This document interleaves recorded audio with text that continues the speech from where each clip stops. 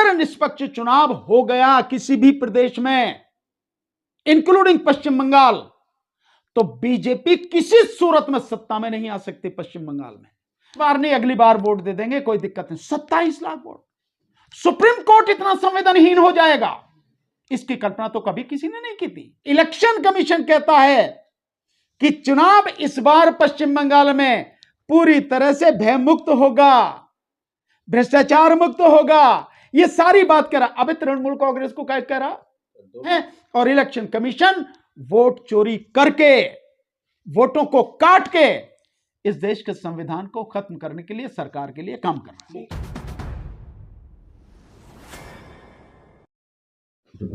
देश में पहली बार लोकतंत्र की और देश के संविधान की हत्या खुलेआम चुनाव आयोग द्वारा की जा रही है। ये जो 27 लाख वोट काटे गए हैं, ये किस में काटे गए हैं? एसआईआर के माध्यम से। और कब काटे गए हैं? 7 अप्रैल तक। 7 अप्रैल तक हुई है ना, 7 अप्रैल तक आनी थी वो लिस्ट वगैरह जो है। यानी कि चुनाव की घोषणा हो चुकी, चुनाव की प्रक्रिया शुरू हो चुकी, चुनाव चल रहा है, और ऐसे में एसआईआर चल रहा है, और उस एसआईआर में 27 लाख लोगों का नाम काट दिया गया। और इससे भी ज्यादा दुखद बात यह है कि उन लोगों को, उन 27 लाख लोगों को अपनी वोट के लिए अपील करने तक का भी समय नहीं दिया जा रहा।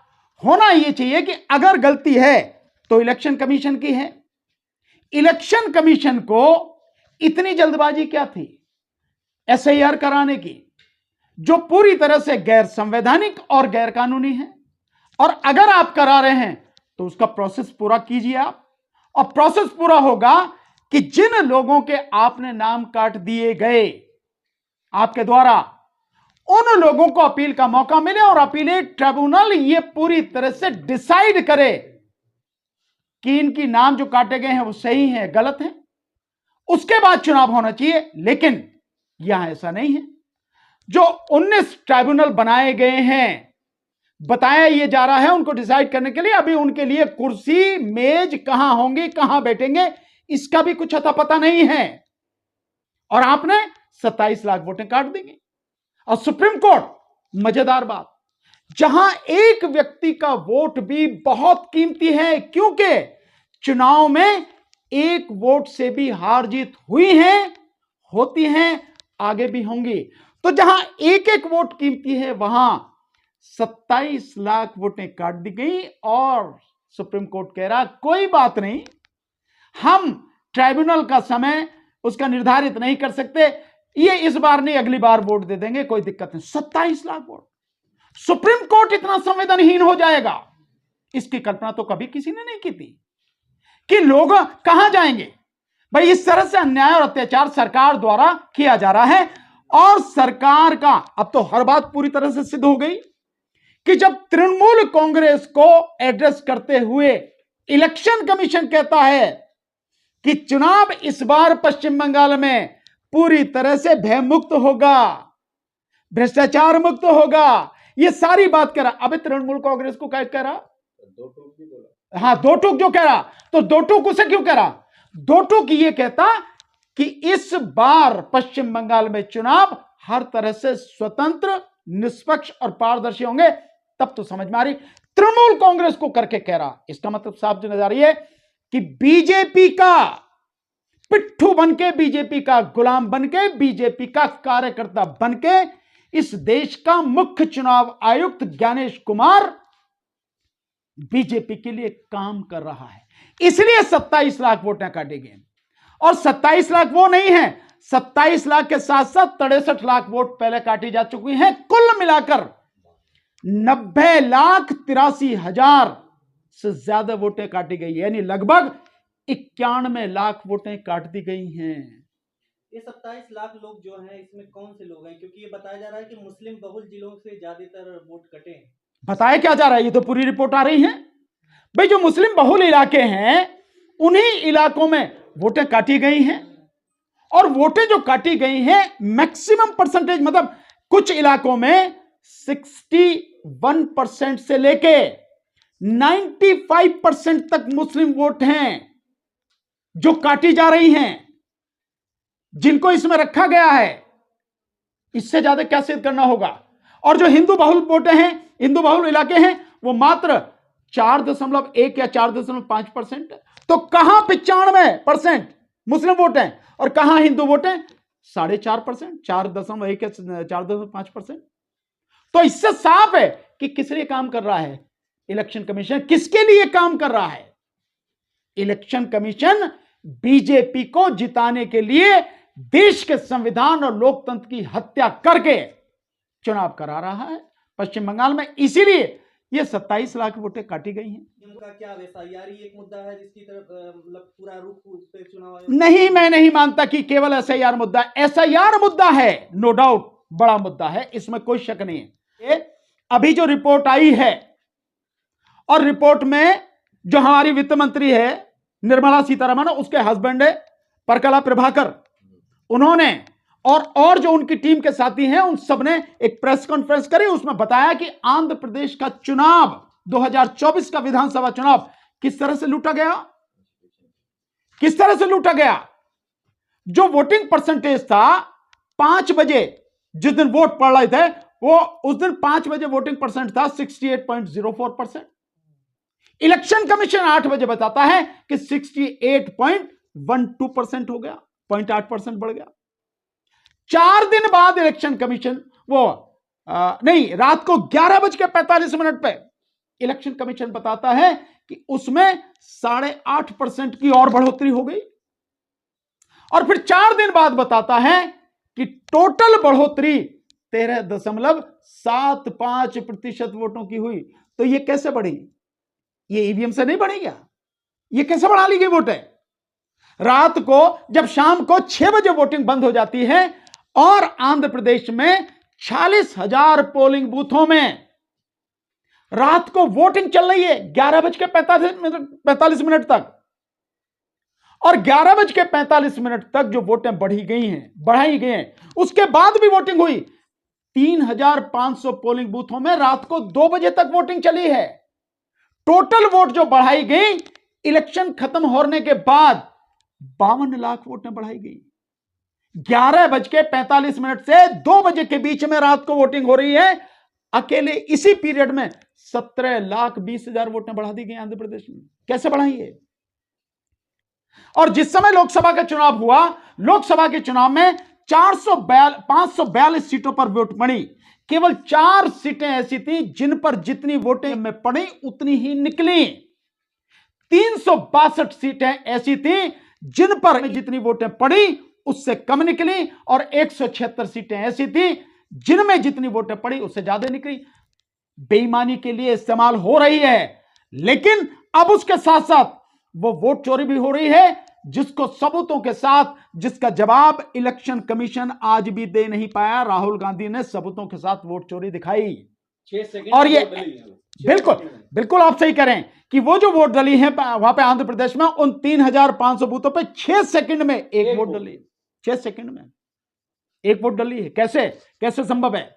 आदमी जब बूथ में जाता है वोट डालने के लिए तो जाता है, पर्ची देता है, और पर्ची को वो देखता है जो अंदर बैठा है उसका इलेक्शन कमीशन का आदमी, और देखने के बाद निशान लगाता है, फिर उसके साइन कराता है, फिर उसको वहां भेजता है मशीन के पास।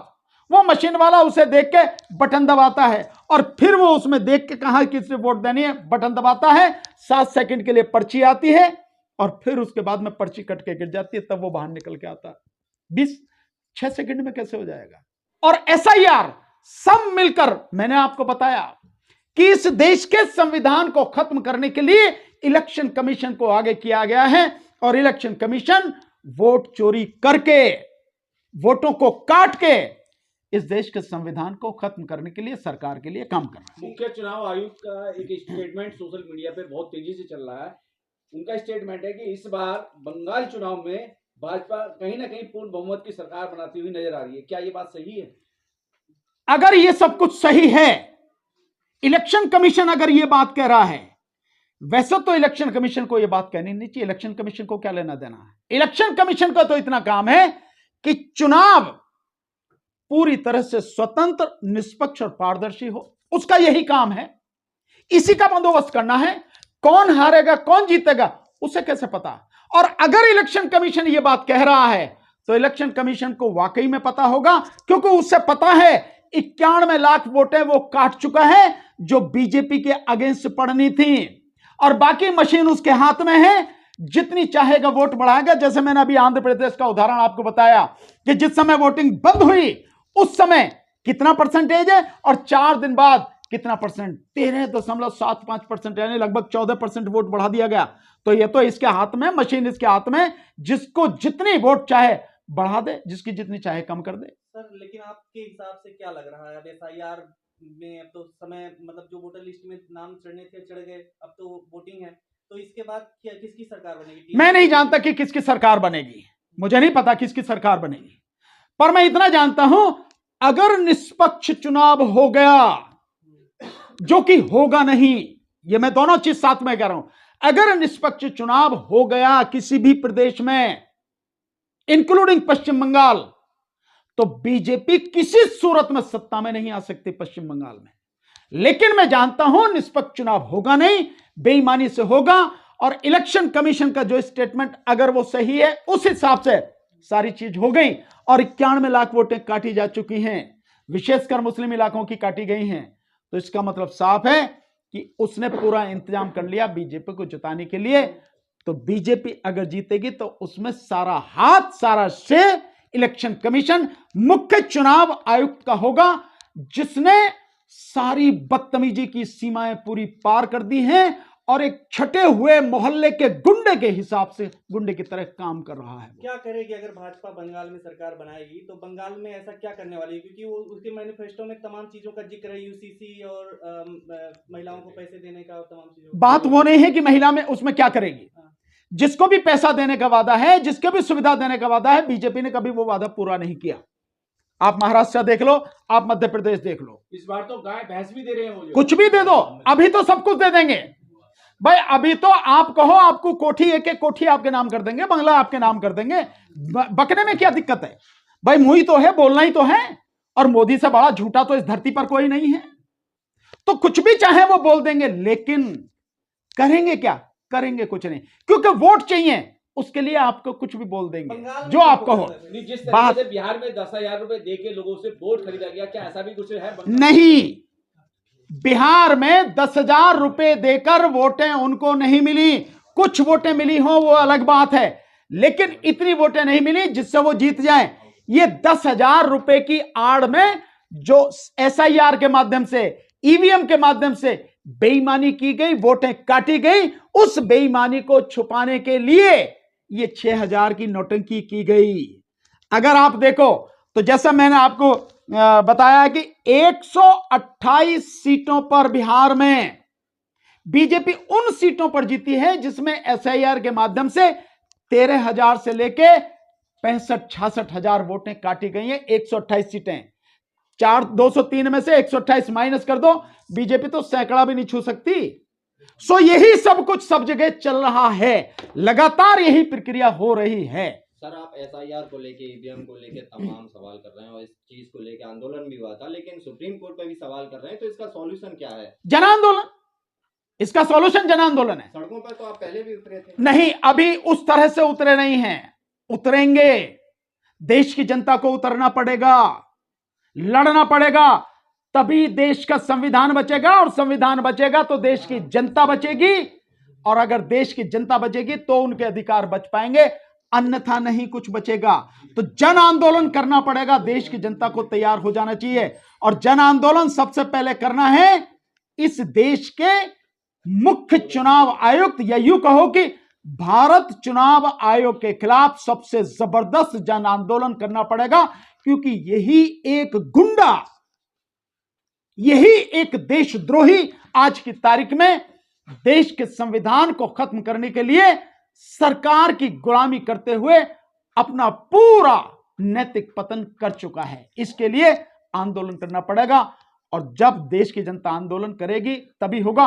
रही अदालत, क्योंकि अदालतों में भी कोई न्याय नहीं है, एसआईआर गैर संवैधानिक, गैर कानूनी फिर भी चलती रही, और पिटीशन वही की वही पड़ी है। बिहार का चुनाव भी हो गया, यहां के चुनाव भी हो गए, एसआईआर चल रही है, पिटीशन वहीं पड़ी है। सर सो बंगाल में, अदालत कुछ करने वाली नहीं। बंगाल में ही क्यों फोकस है बीजेपी का? क्या करेगी बंगाल अगर भाई बंगाल अपने आप में एक बहुत मजबूत राष्ट्र है, वो मजबूत प्रदेश है, बहुत मजबूत प्रदेश है। सो वहां से अगर आप सत्ता हासिल कर लेते हैं, और केवल ये नहीं है बंगाल में क्यों है, इसका कारण और भी है।